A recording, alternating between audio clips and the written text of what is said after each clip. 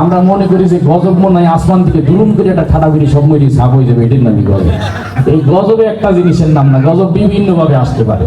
এই যে তারা জুলুম করতে করতে হঠাৎ করে ছাত্রদের একটা আন্দোলনে গতিচ্যুত হয়ে গেছে, এটাও একটা গজব আল্লাহ। গজব বিভিন্ন ভাবে আসতে পারে, প্রাকৃতিক ভাবেও আসতে পারে। প্রাকৃতিক ভাবে কেমন?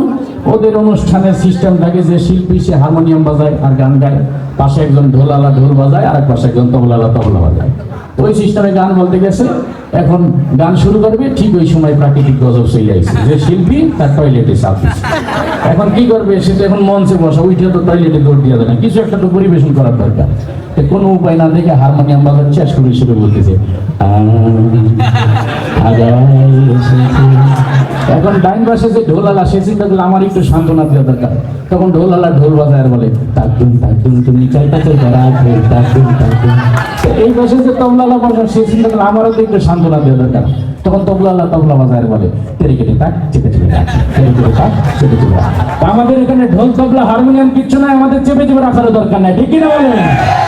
আমরা খালি বলে আল্লাহ আল্লাহ রসুলের গুণ গাবো, এটাই আমাদের সংস্কৃতি, এটাই আমাদের মুসলমানদের উৎসব, ঠিক কিনা?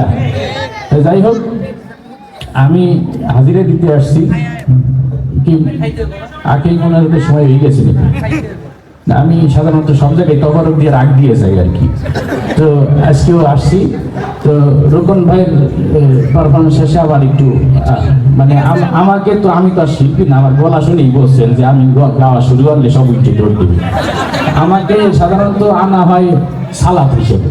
বিরিয়ানি খাইতে গেলে যখন গ্যাস্ট্রিকে লাড়াছাড়া যায়, একটু শশা খাইলে আবার গ্যাস্ট্রিক দূর হয়ে যায়। তো ওই গজল শুনতে শুনতে যখন দেখবো যে দর্শক কোথায় গেছে, আমি একটু সালাদ দিয়ে আবার সবার ঘুম ভাঙিয়ে দিব। এখন একটু হাজিরা দিলাম, ঘুম ভাঙছে না মোটামুটি? সাঙ্গা হয়েছেন না সবাই? এখন আমরা আবার নাসিতে ফিরে যাব।